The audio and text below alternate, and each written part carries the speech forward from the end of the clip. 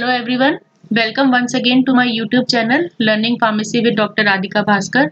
Please do subscribe my channel and don't forget to press the bell icon.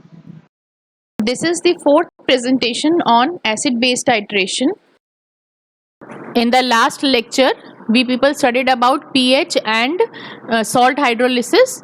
In this lecture, we'll study about buffer solution. In this, first we'll see the definition of buffer solution.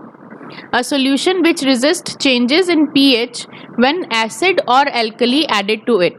क्या मतलब हुआ उसका? ऐसा solution जो अपने pH को पकड़ के रखता है, उसके अंदर चेंजेस नहीं होने देता जब हम उसके अंदर एक्स्ट्रा एसिड या फिर एल्कली ऐड करते हैं, या फिर हम कहें उसके अंदर हम एक्स्ट्रा H+ आयंस या OH- आयंस ऐड करते हैं. ठीक है, तो ऐसे सॉल्यूशन को हम कहते हैं buffer solution. These are of two kind. First one is the acid buffer and second one is the basic buffer. दोनों को हम स्टडी करेंगे डिटेल में. सबसे पहले हम देखते हैं acidic buffer. These solutions are used to maintain the acidic environment. जैसे कि इनका नाम है, as the name suggest, acidic buffer. तो ये क्या करेंगे? They help in maintaining the acidic environment in the solution.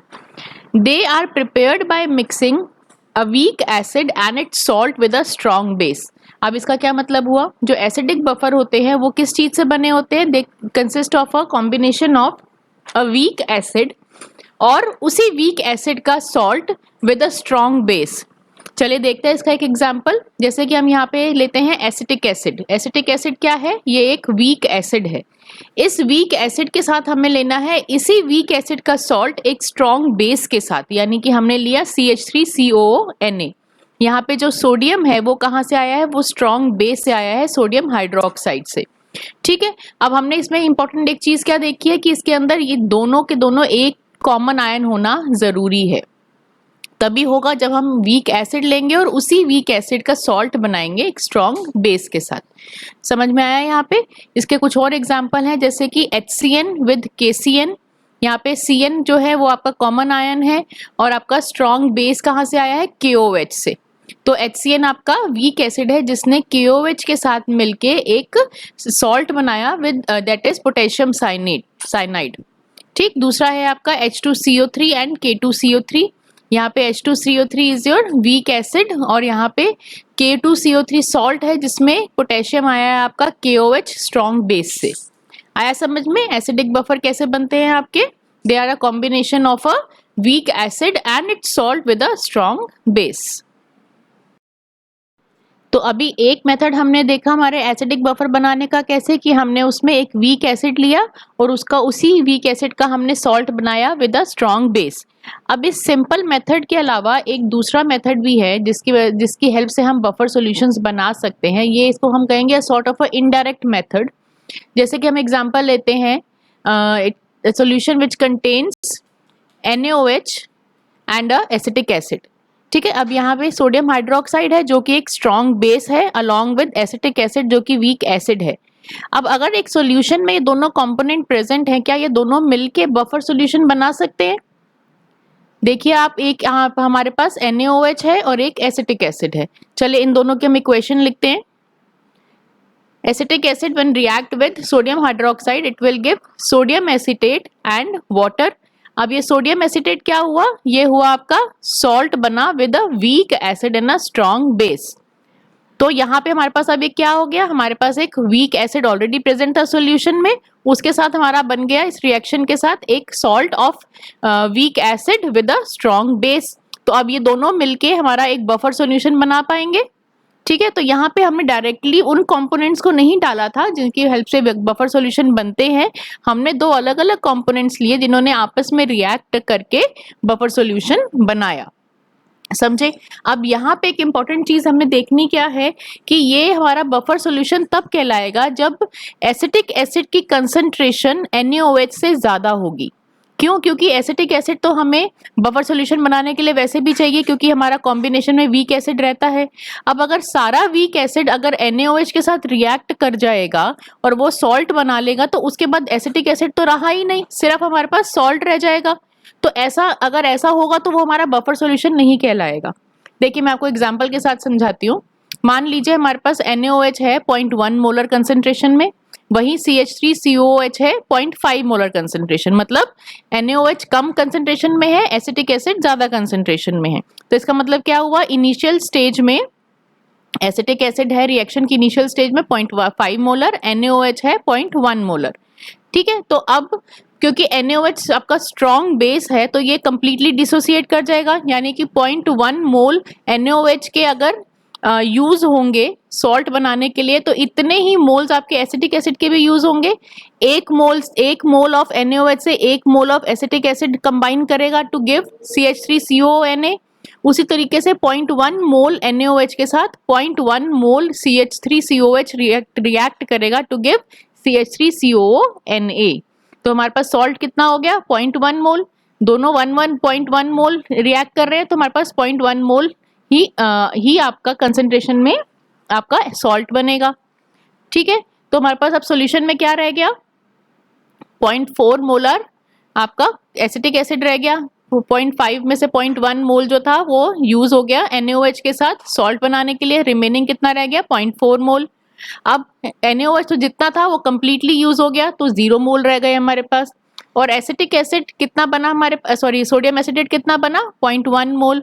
तो इस समय हमारे पास सॉल्यूशन में क्या बचा है, एसिटिक एसिड 0.4 मोल एंड ये आपका सोडियम एसिटेट 0.1 मोल।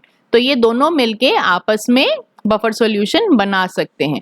वहीं अगर इसकी कंसंट्रेशन ज्यादा होती तो क्या होता, ये कंप्लीटली आपके CH3COOH के साथ कंप्लीटली रिएक्ट कर लेता, जितने भी मोल्स कम में इसके प्रेजेंट थे उन सबको यूज करके सॉल्ट बना देता। फ्री एसिटिक एसिड आपके सॉल्यूशन में नहीं होता जिसकी हेल्प से आप बफर सॉल्यूशन बना सकते थे। समझे यहाँ पे? तो यहाँ पे बफर सॉल्यूशन तभी बनेगा जब हमारे वीक एसिड की कंसंट्रेशन ज्यादा होगी as compare to strong base.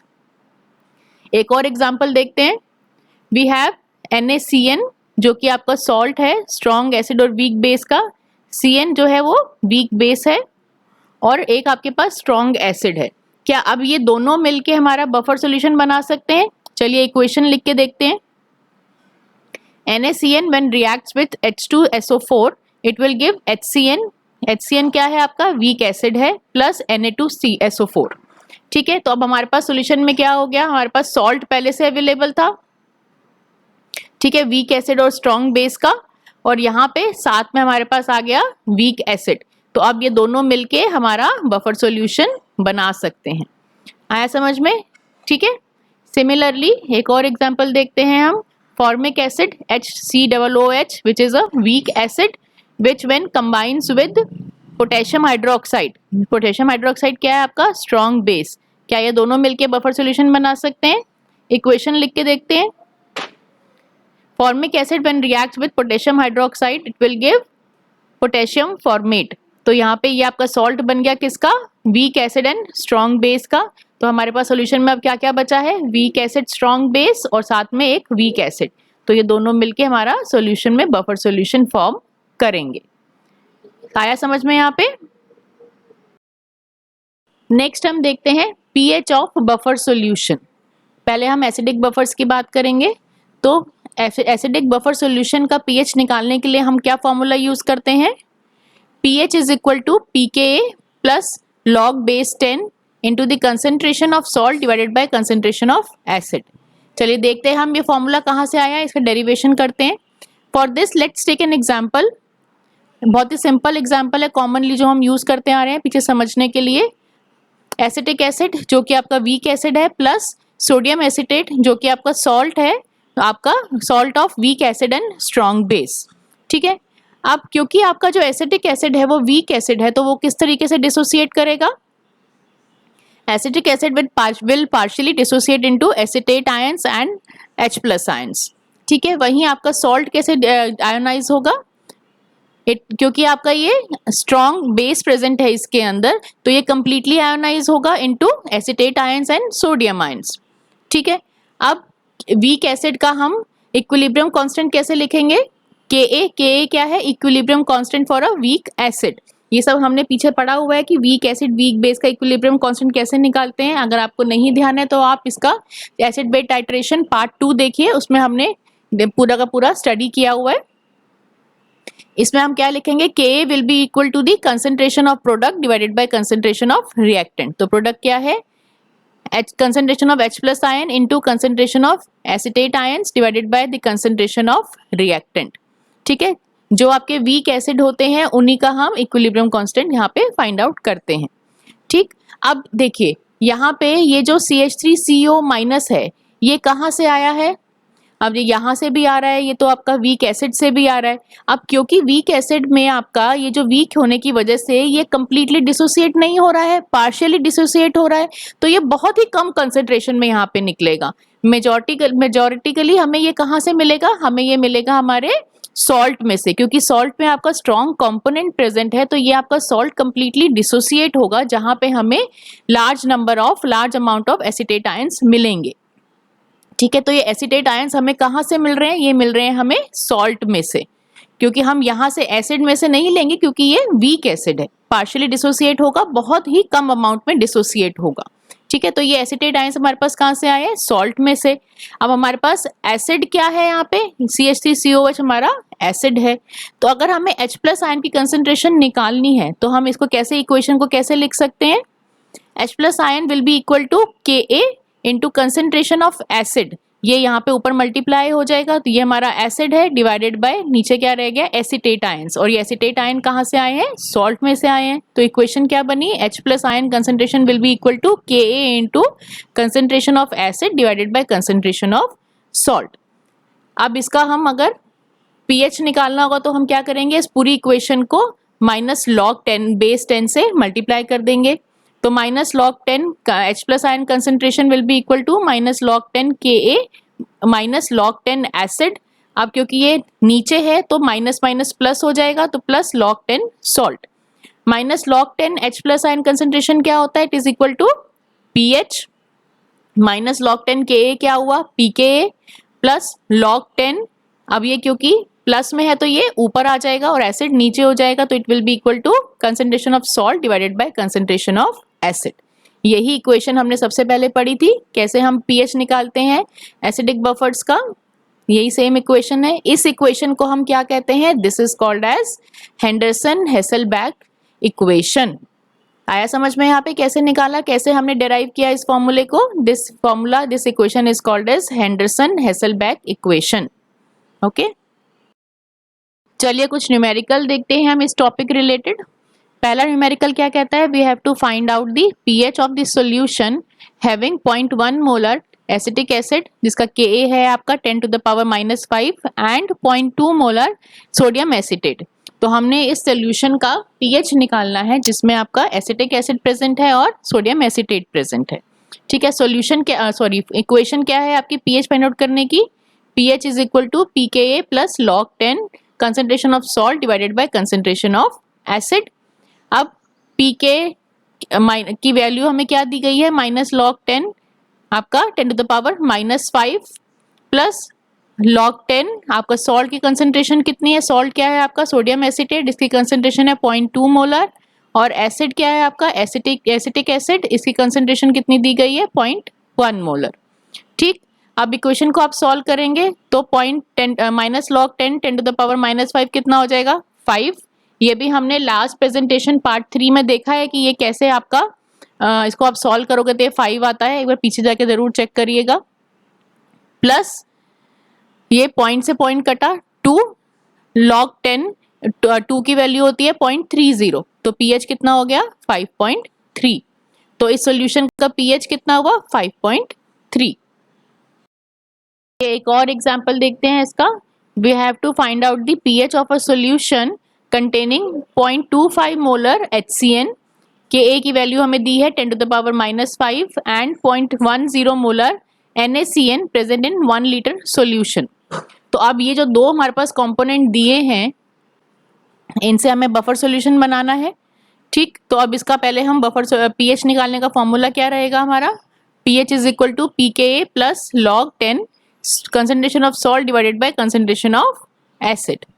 ठीक है, तो अब यहाँ पे pKa की वैल्यू हम क्या लिखेंगे 5, Ka से हम pKa कैलकुलेट करेंगे -log10 10 to the power -5, उससे आपकी pKa की वैल्यू आ जाएगी 5 प्लस log 10, सॉल्ट हमारा कितना है यहाँ पे 0.10 मोलर, और ये आपका जो कंसंट्रेशन है वो मोल्स पर लीटर होता है।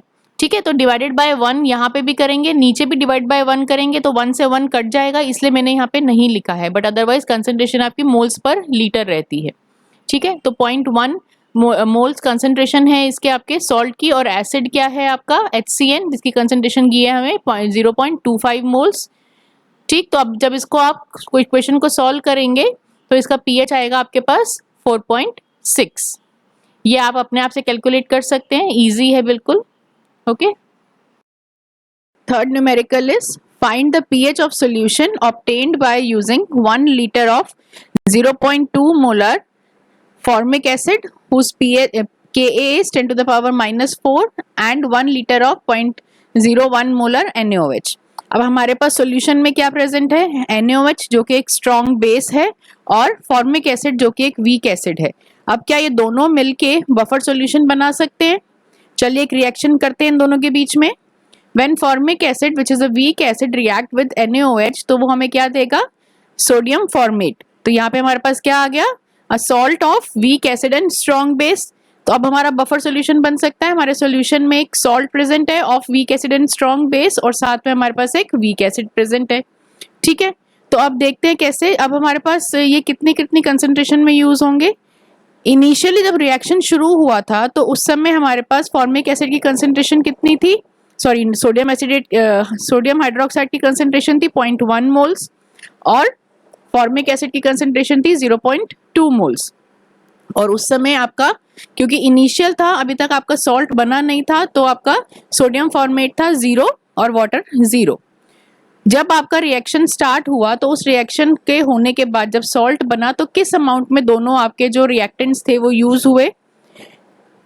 NaOH क्योंकि आपका स्ट्रॉन्ग बेस है, तो स्ट्रॉन्ग बेस होने की वजह से क्या होगा, वो कंप्लीटली डिसोसिएट होगा और इसको अपनी तरफ से जितना NaOH प्रेजेंट है उतना ही वो फॉर्मिक एसिड को यूज करेगा टू फॉर्म अ सॉल्ट। ठीक है, तो अगर 0.1 मोल्स ऑफ NaOH है तो कितना वीक एसिड लेगा वो 0.1 मोल्स ऑफ फॉर्मिक एसिड, और हमारा सॉल्ट कितना बनेगा 0.1 मोल। ठीक है, अब ये देखते हैं कि हमारे रिएक्शन होने के बाद हमारा रिमेनिंग कितना रह गया है अमाउंट। फॉर्मिक एसिड आपका पहले इनिशियली था 0.2 मोल्स, NaOH के साथ रिएक्ट करके जो रिएक्ट किया वो था 0.1 मोल, और रिमेनिंग कितना हो गया 0.1। NaOH तो हमारा कंप्लीटली रिएक्ट कर गया, तो हमारे पास 0 मोल बचे हैं, और हमारा सॉल्ट कितना हुआ, इनिशियल था 0 और बाद में हमारा दोनों का रिएक्शन से कितना बना 0.1 मोल, तो टोटल कितना हो गया 0.1 मोल। ठीक है, तो यहाँ पे हमारे पास कंसंट्रेशन आ गई हमारे वीक एसिड की और एक सॉल्ट की। अब इन दोनों वैल्यूज को हम फॉर्मूले में पुट कर देंगे। फॉर्मूला है हमारा pH is equal to pKa plus log 10 concentration of salt divided by concentration of acid। pKa की वैल्यू हमारे यहाँ पे Ka की वैल्यू गिवन है, उससे निकाल लेंगे, वैल्यू हो गई 4 प्लस log 10 0 कंसंट्रेशन है आपकी सॉल्ट की 0.1 और एसिड की 0.1, तो log 10 1 की वैल्यू होती है 0, तो pH हुआ आपका 4। आया समझ में? यहाँ पे डिफरेंट तरीके से हमने कैलकुलेट किया है pH ऑफ द सॉल्यूशन। जब डायरेक्टली हमारे पास सारा चीजें गिवन है, वीक एसिड और उसका सॉल्ट गिवन है, तब भी हम निकाल सकते हैं, और अगर हमारे पास दोनों अलग अलग कंपोनेंट गिवन है तो उनके बीच में रिएक्शन करके हम देख सकते हैं कि क्या हमारा बफर सॉल्यूशन बन सकता है या नहीं। ओके,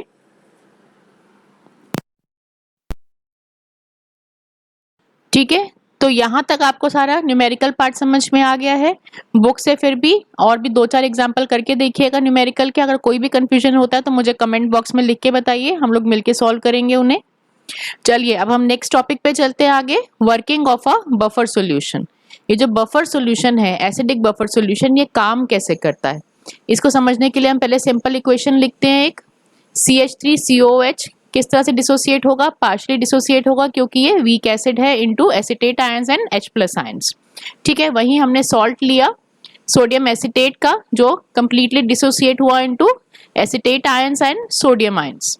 ठीक है, अब हम देखते हैं अगर हम हमारे बफर सॉल्यूशन के अंदर एसिड का एडिशन करते हैं, हमने डेफिनेशन में क्या कहा था, हमारा वैसा वो सॉल्यूशन जो कि किसी भी तरीके के pH चेंज को रेजिस्ट करता है अगर हम उसके अंदर कुछ एसिड या बेस ऐड करते हैं।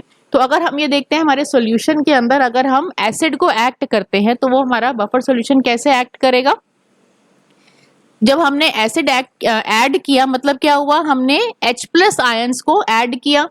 तो जब हमने H+ आयन को ऐड किया तो सॉल्यूशन के अंदर H+ आयन की कंसंट्रेशन बढ़ गई। अब वो कंसंट्रेशन जो बढ़ी है वो किससे रिएक्ट करेगी, वो रिएक्ट करेगी एसीटेट आयंस के साथ टू फॉर्म एसिटिक एसिड। ठीक है, जब ऐसा होगा तो क्या होगा, जो एसिटेट आयंस की जो कंसंट्रेशन है वो कम हो जाएगी। क्यों, क्योंकि H+ आयंस जो है वो सॉल्यूशन में बढ़ गए हैं। अब जितने भी एक्स्ट्रा H+ आयंस है वो उन्होंने सबने जाके जितना भी एसिटेट आयंस फ्री घूम रहा था उन सबको उसने कंज्यूम कर लिया, तो एसिटेट आयन हमारे सॉल्यूशन में कम हो गए। बट ये जो हम बात कर रहे हैं ये हम थ्योरेटिकल बात कर रहे हैं। प्रैक्टिकली क्या ऐसा होगा, आप खुद एक बार इक्वेशन को देख के बताइए कि ये जो हमारा हमने सेकंड इक्वेशन लिखी है उसके हिसाब से ये हमारा जो सॉल्ट है वो स्ट्रॉन्ग इलेक्ट्रोलाइट है। स्ट्रॉन्ग इलेक्ट्रोलाइट होने की वजह से ये कंप्लीटली डिसोसिएट कर रहा है, जिसकी वजह से हमारे पास ऑलरेडी एसिटेट आयन की कंसंट्रेशन सफिशिएंट है सॉल्यूशन में।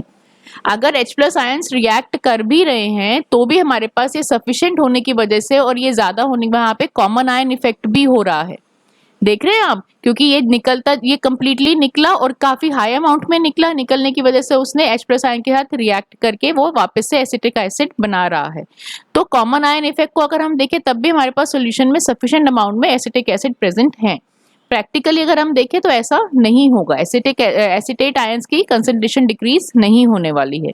सेकेंडली हम सेकेंड कंडीशन को देखते हैं, अगर हम हमारे सॉल्यूशन में बेस ऐड करते हैं, बेस का मतलब क्या हुआ, OH आयंस ऐड करते हैं, तो उस केस में क्या होगा, जब हमने OH आयन को ऐड किया तो OH आयंस किसके साथ रिएक्ट करेंगे, they will react with H+ ion to form water. तो जब आपकी H+ आयन की जब ये H+ आयन के साथ रिएक्ट कर रहे हैं तो उसकी वजह से क्या हो रहा है, आपके H+ आयन की कंसंट्रेशन कम होती जा रही है, डिक्रीज होती जा रही है। अब जब आपकी H+ आयन की कंसंट्रेशन डिक्रीज हो रही है तो H+ आयन आपके इस रिएक्शन में से निकल रहे हैं। जैसे ही आपके यहाँ पे राइट हैंड साइड पे कुछ भी इक्वेशन में चेंजेस आते हैं तो क्या होगा, इक्विलिब्रियम हमारा डिस्टर्ब होने लगता है। जैसे इक्विलिब्रियम डिस्टर्ब होगा वो क्या करेगा, आपका जो एसिटिक एसिड है वो वापस से डिसोसिएट होना स्टार्ट हो जाएगा, ताकि जितना भी हमारा H+ आयन कम हुए हैं वो वापस से उसको रीस्टोर कर पाए। ठीक है, आया समझ में यहाँ पे जब हमने OH- आयंस डाले, बेस डाला, तो उसने रिएक्ट किया आपके H+ आयंस के साथ। अब H+ आयन के साथ जब वाटर बनने लगा तो आपके H+ आयन की कंसंट्रेशन कम हो गई। कंसंट्रेशन जैसे ही आपकी कम हुई तो आपका इक्विलिब्रियम डिस्टर्ब हो गया। तो एसिटिक एसिड को लगा अरे अब तो हमारा H+ आयन कम हो गया, मुझे वापस से डिसोसिएट होके जो हमारा H+ आयन कम हुआ है उसको रिस्टोर करना पड़ेगा। तो वापस से आपका रिएक्शन यहाँ पे स्टार्ट हो जाता है। ठीक है, ये जो हमने पूरी बात करी है यहाँ पे, ये हमने तब कही है जब हम स्मॉल अमाउंट में चेंजेस कर रहे हैं। अगर हम लार्ज अमाउंट में एसिड या बेस को डालेंगे तो ऑब्वियसली ये रिएक्शन, ये जो आपका जो सॉल्यूशन है वो आपका पीएच चेंज कर ही लेगा।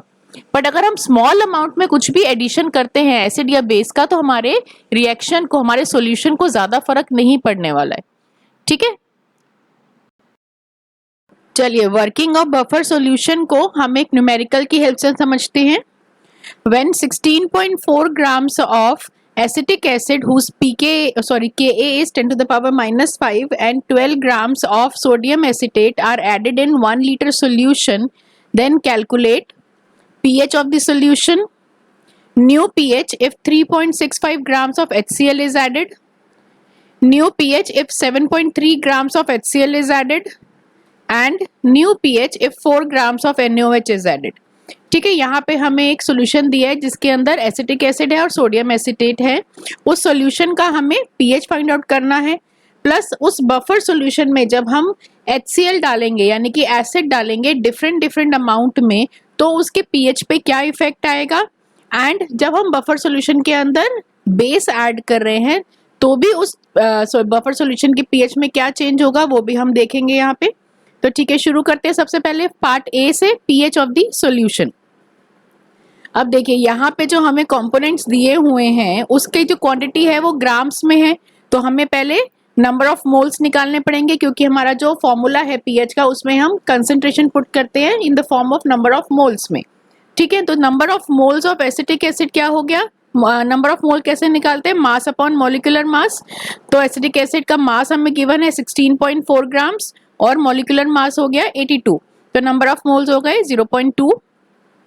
सिमिलरली सोडियम एसीटेट के नंबर ऑफ मोल्स निकालेंगे, मास upon molecular mass. Mass given है 12 ग्राम्स और मॉलिक्यूलर मास है 60, तो नंबर ऑफ मोल्स हो गए 0.2। अब ये दोनों वैल्यूज को हम हमारे पीएच के फॉर्मूले में पुट कर देंगे। pH is equal to pKa plus log 10 concentration of salt divided by concentration of acid. तो pKa हम निकाल लेंगे हमारी Ka की वैल्यू से, तो ये pKa हो जाएगा 5 plus log 10 concentration of salt कितना दिया है, सॉल्ट हमारा क्या है, ये सोडियम एसीटेट, इसका हमारा कंसेंट्रेशन कितना है 0.2 मोल्स। एसिड है हमारा acetic acid, concentration is 0.2 moles, तो ये दोनों कट गया, रह गया log 10 1, log 10 1 इज 0, तो pH विल बी 5। ठीक है, तो हमारा जो ये बफर सॉल्यूशन है इसका pH है 5। अब हम आगे देखते हैं, जब हम इस बफर सॉल्यूशन में 3.65 ग्राम्स ऑफ HCl ऐड करेंगे तो क्या चेंज आएगा। सबसे पहले हम HCl के number of moles find out करेंगे। ये है आपका मास अपॉन मॉलिक्यूलर मास। मास हमें गिवन है 3.65 ग्राम्स, मॉलिक्यूलर मास इज 36, तो नंबर ऑफ मोल्स हो गए 0.1 मोल्स। अब हमारे सॉल्यूशन में इस समय क्या क्या प्रेजेंट है, एसिटिक एसिड है, सोडियम एसीटेट है और HCl है। ठीक है, अब ये जो HCl हमने ऐड किया है, ये HCl किसके साथ रिएक्ट करेगा, this will react with sodium acetate. ठीक है, तो ये जब sodium acetate react with HCl तो हमें सॉल्ट, हमें क्या मिलेगा, एसिटिक एसिड प्लस NaCl। ठीक, अब हमारे पास HCl कितनी कंसेंट्रेशन में प्रेजेंट है, 0.1 मोल में, और हमारे पास सोडियम एसीटेट कितनी कंसेंट्रेशन में था, हमने पीछे निकाला था 0.2 मोल्स। अब जब रिएक्शन हुआ, ये तो इनिशियल स्टेज में जब रिएक्शन हुआ तो तब की कंसेंट्रेशन है। ठीक, अब हमारे पास एसिटिक एसिड कितना प्रेजेंट था, 0.2 मोल्स, पीछे से हमने निकाला था। अब इसके अंदर जब HCl ने सोडियम एसीटेट के साथ रिएक्ट किया था तो कितने मोल्स HCl के रिएक्ट हुए, क्योंकि HCl आपका स्ट्रॉन्ग एसिड है तो कंप्लीटली रिएक्ट करेगा सोडियम एसीटेट के साथ, तो यह कंप्लीट कितना है, ये 0.1 मोल्स, तो 0.1 मोल्स ही रिएक्ट करेंगे 0.1 मोल्स के। ठीक है, तो 0.1 mole of HCl reacted with 0.1 moles of sodium acetate to give 0.1 moles of acetic acid। अब रिमेनिंग कितना रह गया हमारे पास रिएक्शन होने के बाद, 0.2 मोल्स पहले थे हमारे पास सोडियम एसीटेट के, उसमें से 0.1 मोल ने HCl के साथ रिएक्ट कर लिया, तो बचे कितने 0.1 मोल। HCl जितना था वो कंप्लीटली यूज हो गया, और एसिटिक एसिड पहले हमारे पास अवेलेबल था 0.2 मोल हमारे सॉल्यूशन में, प्लस हमने जब ये सॉल्ट दोनों का रिएक्शन कराया तब भी हमारे पास 0.1 मोल और बन गए, तो टोटल कितने हो गए 0.3 मोल्स। ठीक है, तो हमारे पास यहाँ पे कंसेंट्रेशन आ गई है हमारे सोडियम एसीटेट की और एसिटिक एसिड, यानी कि वीक एसिड की, और सॉल्ट ऑफ वीक एसिड है ना स्ट्रॉन्ग बेस। अब इन सब रिएक्शन जो वैल्यूज आई है कंसेंट्रेशन को हम हमारे फॉर्मूले में रख देंगे। फॉर्मूला है pH is equal to pKa plus log 10 concentration of salt divided by concentration of acid. pKa हमें पता है 5, log 10 कंसेंट्रेशन ऑफ सॉल्ट कितनी है 0.1 मोल्स, कंसेंट्रेशन ऑफ एसिड कितनी है 0.3 मोल्स। ठीक है, जब आप इसको सॉल्व करोगे तो वैल्यू विल बी 4.53, यानी कि इनिशियल हमारे बफर की pH कितना था 5, तो उसके अंदर जब हमने 3.65 ग्राम्स ऑफ HCl ऐड किया तो हमारा जो pH था वो पहले से कम हो गया, कितना हो गया 4.53। अब हम आगे देखते हैं, जब हम pH का अमाउंट बढ़ा रहे हैं तो क्या इफेक्ट आएगा। अब हमारा नंबर ऑफ pH का हमने कितना अमाउंट बढ़ाया था 73 ग्राम्स। ठीक है, 7.3 ग्राम्स हमने HCl ऐड किया था, उसमें नंबर ऑफ मोल्स कितने हुए HCl के 7.3 divided by 36 mass upon molecular मास। तो मास हमें यहाँ पे गिवन है 7.3 ग्राम्स, मॉलिक्यूलर मास है HCl का 36, नंबर ऑफ मोल्स कितने हो गए 0.2। अब सॉल्यूशन में क्या क्या प्रेजेंट है, एसिटिक एसिड है, सोडियम एसीटेट है और HCl है। रिएक्शन किस दोनों के बीच में होगा, NaCl प्लस HCl। ठीक है, जब सोडियम एसीटेट ने, sorry not NaCl, sodium acetate ने HCl के साथ रिएक्ट किया, it gives acetic acid and NaCl। Initially हमारे पास 0.2 मोल्स प्रेजेंट थे, 0.2 मोल्स यहाँ से हमने कैलकुलेट किए थे, और सोडियम एसीटेट के भी हमारे पास 0.2 मोल्स प्रेजेंट थे। ठीक है, हमने पीछे से निकाला था ये, इसके मास अपॉन मॉलिक्यूलर मास रख के, और एसिटिक एसिड हमारे पास कितना था 0.2 मोल्स।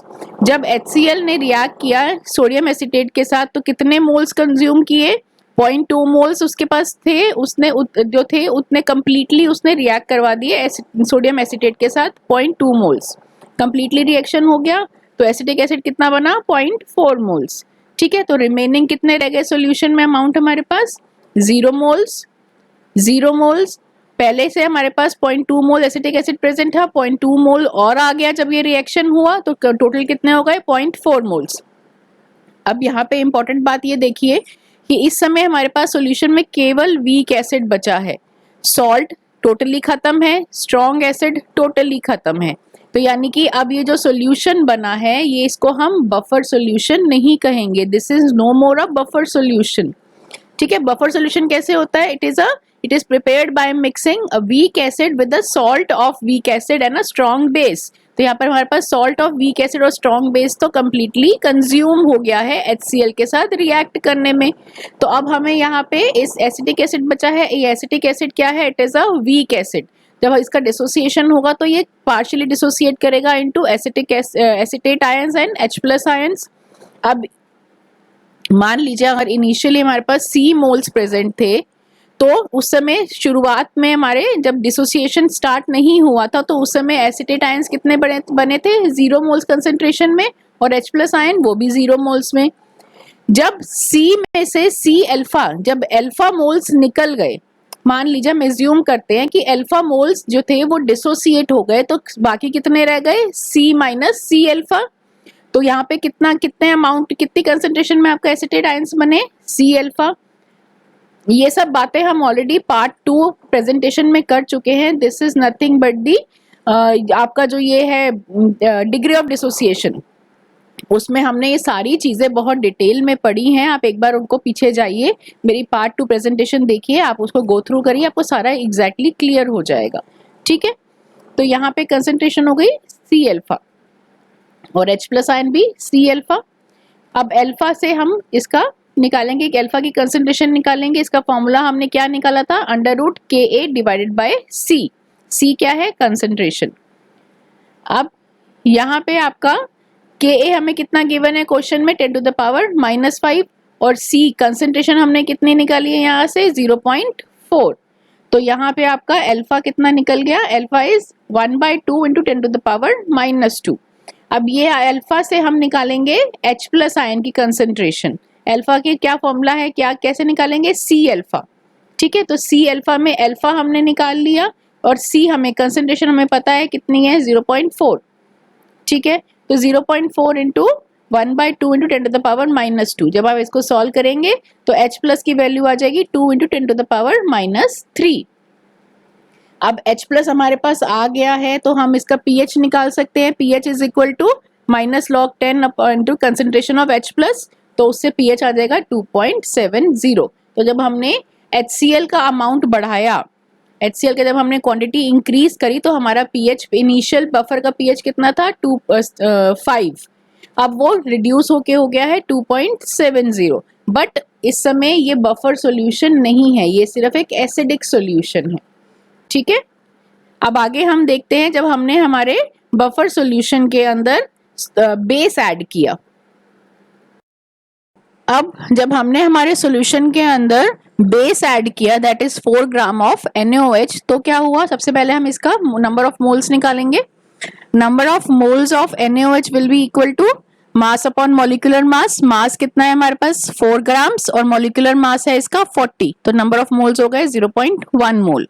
अब हमारे पास सॉल्यूशन में क्या है, एसिटिक एसिड है, सोडियम एसीटेट है और NaOH है। अब ये NaOH किसके साथ रिएक्ट करेगा हमारे सॉल्यूशन के अंदर, it will react with CH3COOH। क्या रिएक्शन होगा, acetic acid when react with sodium hydroxide it will give sodium acetate plus water. ठीक, अब इनिशियली जब रिएक्शन हुआ तो उस समय हमारे पास NaOH कितनी कंसेंट्रेशन में था 0.1 मोल, एसिटिक एसिड 0.2 मोल्स, ये हमने कैलकुलेट किया था सबसे पहले। ठीक है, तो हमारे पास CH3CON कितना था 0.2 मोल्स। अब जब रिएक्शन हो गया तो कितना NaOH कंज्यूम हुआ 0.1 मोल, क्योंकि स्ट्रॉन्ग बेस है तो कंप्लीटली यूज होगा, और जितना बेस यूज हो रहा है उतना ही वो वीक एसिड को अपने तरफ रिएक्ट करने पे रिएक्ट करवाएगा। तो 0.1 मोल NaOH है तो 0.1 मोल ही एसिटिक एसिड ही इसमें से यूज होगा। तो हमारा सॉल्ट कितना बनेगा 0.1 मोल। ठीक है, अब रिएक्शन के बाद रिमेनिंग कितना रह गया हमारे पास 0.2 मोल्स इनिशियल थे, 0.1 मोल ने मोल्स अपने आप में रिएक्ट कर गए NaOH के साथ, तो कितने बच गए 0.1 मोल। NaOH हमारा कंप्लीटली कंज्यूम हो गया है। अब हमारे पास जो सॉल्ट था वो पहले था 0.2 मोल्स, हमने 0.1 मोल और बनाया इस रिएक्शन से, तो टोटल हो गया 0.3 मोल्स। ठीक है, अब इन वैल्यूज को हम हमारे फॉर्मूले में डाल देंगे। pH is equal to pK plus log 10 concentration of salt divided by concentration of acid। तो यहाँ पे हमारा pKa है 5 plus log 10 concentration of salt क्या है हमारा, यहाँ पे salt है 0.3 मोल्स और concentration of acid कितना है 0.1 मोल।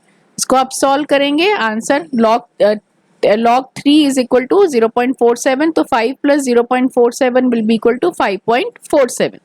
ठीक है, तो जब हमने बेस ऐड किया तो हमारा pH बढ़ गया, क्योंकि हमारे इनिशियली हमारे pH बफर सॉल्यूशन का pH था 5, बेस ऐड करने पे ये हो गया 5.47। ठीक है, क्लियर हुआ यहाँ पे किस तरीके से आपका बफर वर्क करता है। बफर सॉल्यूशन में अगर आप कुछ भी अमाउंट में एसिड या बेस ऐड करेंगे तो कैसे उसका pH ऑल्टर होता है, pH में चेंजेस आते हैं, वो हमने इस न्यूमेरिकल से समझा है। क्लियर है। नेक्स्ट टॉपिक है हमारा buffer capacity. It refers to the amount of acid और base a buffer can neutralize before the pH changes by a large amount. मतलब हमारा जो बफर सोल्यूशन है वो कितने अमाउंट ऑफ एसिड और बेस को एडजस्ट कर सकता है अपने अंदर जिससे पहले आपका जो बफर सोल्यूशन है वो किसी तरीके का चेंज शो करे। और number of moles of H plus ions or OH minus ions which changes the pH of buffer by unity। कितने नंबर ऑफ मोल्स में या कितनी कंसेंट्रेशन में हमें H plus ions या OH minus ions रिक्वायर्ड हैं जिसकी हेल्प से हम हमारे बफर सॉल्यूशन की pH को चेंज कर सकते हैं बाय यूनिटी मीन्स बाय 1। चलिए इसे एक डायग्राम की हेल्प से समझते हैं। Consider I have a beaker A and a beaker B। इन दोनों के अंदर इस समय एक बफर सॉल्यूशन ऑलरेडी प्रेजेंट है। उस बीकर ए के जो बफर सॉल्यूशन है उसके अंदर मैंने 0.2 मोल्स ऑफ HCl ऐड करा और बीकर बी में मैंने 0.4 मोल्स ऑफ HCl ऐड करा। जब मैंने बीकर ए के बफर सॉल्यूशन में 0.2 मोल्स ऑफ HCl ऐड जैसे ही किया उसने मेरे buffer already present buffer solution के pH को चेंज कर दिया by 1। Delta P means change in pH। ठीक है, उसका pH जो था that is change by unity. वहीं बीकर B के अंदर जो मेरा ऑलरेडी प्रेजेंट बफर सॉल्यूशन था उसने delta P is equal to 1 कब शो किया, जब मैंने उसके अंदर 0.4 मोल्स ऑफ HCl ऐड करे। मतलब बीकर B के अंदर जो हमारा बफर सॉल्यूशन है उसकी बफर कैपेसिटी ज्यादा है as compare to beaker A। ठीक है, तो बीकर A की बफर कैपेसिटी क्या हुई 0.2 और बीकर B की बफर कैपेसिटी क्या हुई 0.4। अब बफर कैपेसिटी का फॉर्मूला क्या होगा, number of moles of H plus ion और OH minus ion added divided by change in pH। आया समझ में बफर कैपेसिटी। ये हमें बताता है कि हमारा जो बफर प्रेजेंट है दोनों में से उनमें से कौन सा बेटर बफर है। ओके, अभी तक हमने बात की थी हमारे एसिडिक बफर्स की, अब यहाँ से हम शुरू कर रहे हैं हमारा बेसिक बफर। अगर आपको एसिडिक बफर अच्छे से समझ आ गया है, सारे कॉन्सेप्ट्स आपने अच्छे से देखे हैं, तो आपको बेसिक बफर समझने में ज़्यादा टाइम नहीं लगेगा। वही सब कॉन्सेप्ट वही सब फॉर्मूलाज हमने बेसिक बफर में अप्लाई करने हैं, बहुत ही ईजी रहेगा। चलिए शुरू करते हैं। सबसे पहले देखते हैं बेसिक बफर की डेफिनेशन क्या कहती है। It has a basic pH and is prepared by mixing a weak base and its salt with a strong acid। Basic buffer जो है उसका pH कैसा रहेगा, बेसिक रहेगा। प्लस ये बफर कैसे बनता है, it is prepared by mixing a weak base. एक वीक बेस हमें चाहिए और उसी वीक बेस का हमें एक सॉल्ट चाहिए with a strong acid. Example रहेगा आपका NH4OH एंड NH4Cl। अब NH4OH क्या है, ये आपका वीक बेस है। इसी वीक बेस का हमें एक सॉल्ट बनाना है, सॉल्ट चाहिए विद अ स्ट्रॉन्ग एसिड, तो हमने ले लिया NH4Cl। NH4Cl में जो Cl का कंपोनेंट है वो आया है हमारे स्ट्रॉन्ग एसिड HCl में से। ठीक है, तो यहाँ पे क्या हो गया आपका, ये एक वीक बेस हो गया और साथ में एक सॉल्ट हो गया week base and strong acid का। सिमिलरली हम एग्जांपल लेंगे यहाँ पे NH4OH and NH4 whole twice SO4। यहाँ पे NH4OH जो है वो आपका वीक बेस है और NH4 होल ट्वाइस SO4 में से जो SO4 आया है कंपोनेंट वो आया है आपका स्ट्रॉन्ग एसिड H2SO4 में से। ठीक है, तो ये दोनों मिलके भी आपके बफर सॉल्यूशन बना सकते हैं। अब ये जो है ये तो एक डायरेक्ट मेथड है, जब हमने दोनों कंपोनेंट्स को आपस में मिलाया तो उसने हमारा एक बफर सॉल्यूशन बना दिया। ठीक है, अब इसके अलावा हमारे कुछ और भी मेथड्स हैं जिसकी हेल्प से हम चेक कर सकते हैं कि हमारे सॉल्यूशन में बफर सॉल्यूशन बना सकता है या नहीं। चलिए चेक करते हैं। सबसे पहले हम देखते हैं कि हमारे पास दो कंपोनेंट्स है, एक है NH4OH which is a weak base और साथ में हमारे पास है एक HCl which is a strong acid. अब क्या ये दोनों मिलके हमारा बफर सॉल्यूशन बना सकते हैं? ये चेक करने के लिए हमें इन दोनों का रिएक्शन कराना पड़ेगा। तो NH4OH when react with HCl it will give NH4Cl। NH4Cl क्या है? NH4Cl is a salt of weak base and a strong acid plus water। तो यानी कि हमारे पास अब क्या क्या हो गया, हमारे पास हो गया एक वीक बेस और स्ट्रॉन्ग एसिड का सॉल्ट और वीक बेस। तो यही दो चीजें हमें रिक्वायर्ड है हमारे बफर सॉल्यूशन बनाने के लिए। अब इन दोनों की प्रेजेंस होना इंपॉर्टेंट है, बट इसके अलावा एक चीज और इम्पॉर्टेंट है जो हमने एसिडिक बफर में भी पढ़ी थी कि यहाँ पे NH4OH की कंसेंट्रेशन ज्यादा होनी चाहिए एज कंपेयर टू HCl। ठीक है ना, क्योंकि NH4OH तो हमें वैसे भी रिक्वायर्ड है, हमारी रिक्वायरमेंट में आता है वीक बेस चाहिए। अब अगर सारा का सारा NH4OH रिएक्ट कर जाएगा HCl में से तो ये सॉल्ट बनने के बाद हमारे सॉल्यूशन में NH4OH होगा ही नहीं। अगर वो नहीं होगा तो हमारा सॉल्यूशन बफर सॉल्यूशन नहीं कहलाएगा। उसके लिए जब हमारे NH4OH वीक बेस की कंसेंट्रेशन ज्यादा होगी और HCl की कंसेंट्रेशन कम होगी तो वो HCl के साथ रिएक्ट करने के बाद भी सॉल्यूशन में रह जाएगा। जब वो सॉल्यूशन में रह जाएगा तभी वो आपके वीक बेस और स्ट्रॉन्ग एसिड के सॉल्ट के साथ रिएक्ट करके बफर सॉल्यूशन बना पाएगा। एक बार वापस जाइए एसिडिक बफर में, वहां भी मैंने समझाया है, एक बार उसको देखेंगे तो आपको याद आ जाएगा। सेकेंड एग्जाम्पल हम लेते हैं NH4Cl एंड NaOH। NH4Cl क्या है? ये आपका सॉल्ट है of weak base and strong acid और साथ में हमारे पास एक स्ट्रॉन्ग बेस प्रेजेंट है। अब ये दोनों मिलके हमारा बफर सॉल्यूशन बनाएंगे। रिएक्शन लिख के चेक करते हैं। NH4Cl when react with NaOH it will give us NH4OH। NH4OH क्या है? हमारा वीक बेस है प्लस NaCl। तो हमारे सॉल्यूशन में हमें वीक बेस भी मिल गया है और NH4Cl भी मिल गया है। ठीक है, तो हमारे पास जो दो रिक्वायरमेंट्स थी वो हमारी फुलफिल होती है। प्लस हमें ये भी देखना है कि NH4Cl की कंसेंट्रेशन ज्यादा होनी चाहिए NaOH से। क्यों? क्योंकि NaOH जब रिएक्ट कर जाएगा आपके ये रिएक्शन में NH4Cl के साथ, उसके बाद भी हमारे पास NH4Cl बचना चाहिए ताकि वो आपके वीक बेस के साथ रिएक्ट करके बफर सॉल्यूशन बना सके। अब हम देखते हैं how to calculate the pH for the basic buffer solution. अब क्योंकि ये बेसिक बफर सॉल्यूशन है तो इसके लिए हम pH फाइंड आउट करने से पहले हम pOH फाइंड आउट करेंगे, जिससे हम आगे pH फाइंड आउट करेंगे। तो पहले देखते हैं pOH का फॉर्मूला क्या है। pOH is equal to pKb plus log 10 into the concentration of salt divided by concentration of base। अब अगर हमारे पास pOH की वैल्यू आ जाती है तो उससे हम pH निकाल सकते हैं। कैसे?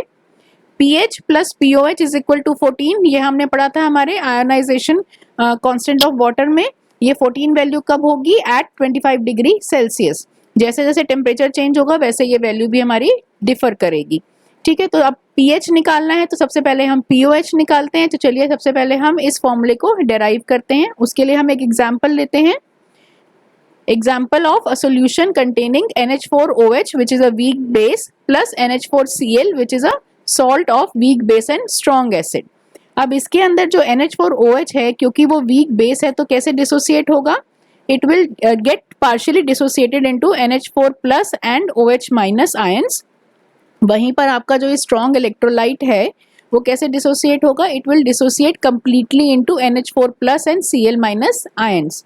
तो ये आप वीक बेस का हम इक्विलिब्रियम कांस्टेंट लिखेंगे। कैसे लिखेंगे? Equilibrium constant for weak base is equal to concentration of product divided by concentration of reactant. Product क्या है यहाँ पे आपके? NH4 plus and OH minus. तो concentration of NH4 plus into concentration of OH minus ions divided by concentration of reactant that is NH4OH। अब यहाँ पे देखिए कि जो NH4 प्लस है ये हमारे पास कहाँ से आया है। वैसे तो हमारे पास NH4 प्लस यहाँ पे NH4OH में से भी आ रहा है और NH4Cl में से भी आ रहा है, पर NH4OH क्योंकि आपका वीक बेस है तो ये कंप्लीटली डिसोसिएट नहीं होगा, पार्शियली होगा, और होगा भी कितना, बहुत ही कम अमाउंट में। वहीं पर क्योंकि ये आपका स्ट्रॉन्ग इलेक्ट्रोलाइट है अमोनियम क्लोराइड, तो ये आपका कंप्लीटली डिसोसिएट होगा और आपको सफिशिएंट अमाउंट में NH4 प्लस आयंस दे पाएगा। तो इसलिए हम ये मान के चलेंगे जो हमारे पास NH4 प्लस आयंस हमारे सॉल्यूशन में हमें मिल रहे हैं वो कहाँ से आ रहे हैं, वो आ रहे हैं हमारे सॉल्ट में से। तो यहाँ पे, और ये हमारा NH4OH क्या है, this is our weak base. ठीक है, तो अब अगर हम इसको OH माइनस आयन की कंसंट्रेशन निकालना चाहे तो कैसे लिखेंगे इसको हम, OH minus ion concentration will be equal to Kb into concentration of base. Base क्यों लिखा, क्योंकि यहाँ पे हमारा NH4O प्लस कहाँ से आया था हमारे, सॉरी कंसंट्रेशन ऑफ बेस, मतलब ये आपका पहले इससे जाके मल्टीप्लाई होगा, तो this is our base divided by concentration of salt. Salt क्यों लिखा, क्योंकि हमारा जो ये NH4 प्लस है ये नीचे आएगा और NH4 प्लस हमें कहाँ से मिल रहा है, हमारे सॉल्ट में से मिल रहा है। ठीक है, अब इस वैल्यू को हम मल्टीप्लाई कर देंगे विथ माइनस लॉग 10, तो minus log 10 into concentration of OH ion concentration is equal to minus log 10 Kb minus log 10 concentration of base. अब सॉल्ट क्योंकि नीचे है तो it will be plus log 10 concentration of salt. तो अब minus log 10 OH किसके बराबर होता है, POH के बराबर होता है, is equal to minus log 10 Kb is equal to PKb plus log 10, अब ये आपका सॉल्ट ऊपर आ जाएगा और बेस नीचे चला जाएगा क्योंकि ये आपका प्लस हो गया है यहाँ पे। ठीक है, तो ये आपकी इक्वेशन आ गई, POH is equal to PKb plus log 10 into concentration of salt divided by concentration of base. यही हमने इक्वेशन यहाँ ऊपर पढ़ी थी, ये हमारी डेराइव हो गई। अब यहाँ पे जब हमारे पास POH की वैल्यू आ गई है तो इसको हम इस फॉर्मूले में पुट करेंगे और यहाँ से हमारी pH की वैल्यू निकाल सकते हैं। ठीक है, यही सेम हमने किया था हमारे एसिड बफर सॉल्यूशन के pH कैलकुलेट करने के लिए, वैसे ही हमने बेसिक बफर का भी pH कैलकुलेट किया है। क्लियर है। अब हम कुछ न्यूमेरिकल सॉल्व करते हैं जिसमें हम हमारे बेसिक बफर सॉल्यूशन का pH निकालेंगे। पहला क्वेश्चन है, we have to find the pH of a solution obtained by mixing 0.02 moles of NH4OH whose Kb is 10 to the power minus 5 in 0.03 moles of NH4Cl in 1 liter of solution। तो हमारे POH का formula क्या है, POH is equal to PKb plus log 10 into concentration of salt divided by concentration of acid. ठीक है, अब यहाँ पे आपका जो PKb है, PKb कितना है आपका, PKb की वैल्यू है 5 plus log 10, concentration of salt कितना है, कंसंट्रेशन ऑफ सॉल्ट है NH4Cl आपका 0.03 और कंसंट्रेशन ऑफ बेस कितना है आपका, कंसंट्रेशन ऑफ बेस आपका यहाँ पे क्या है 0.02 मोल्स। ठीक है, तो जब आप इसको सॉल्व करेंगे it will be equal to 5.17। ये हमारे पास आई है हमारे POH की वैल्यू।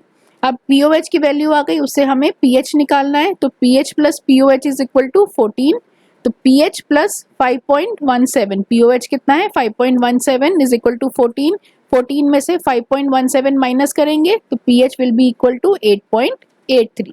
आया समझ में, इससे हमने निकाला हमारा pH ऑफ बेसिक सॉल्यूशन।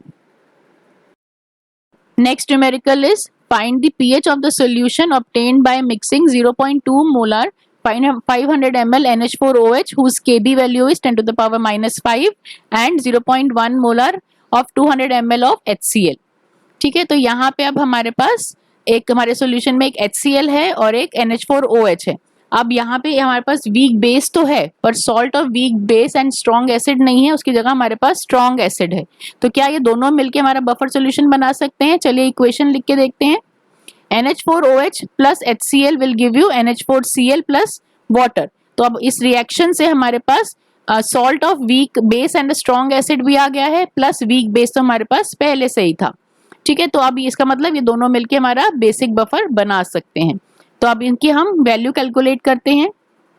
अब क्योंकि यहाँ पे हमें ये जो वैल्यू दी हुई है, ये हमें जो वॉल्यूम है इसका वो है 500 ml और 200 ml। जो हम पहले क्वेश्चन न्यूमेरिकल्स करते आए हैं उन सब के जो हमारा वॉल्यूम था वो था हमारा 1 लीटर।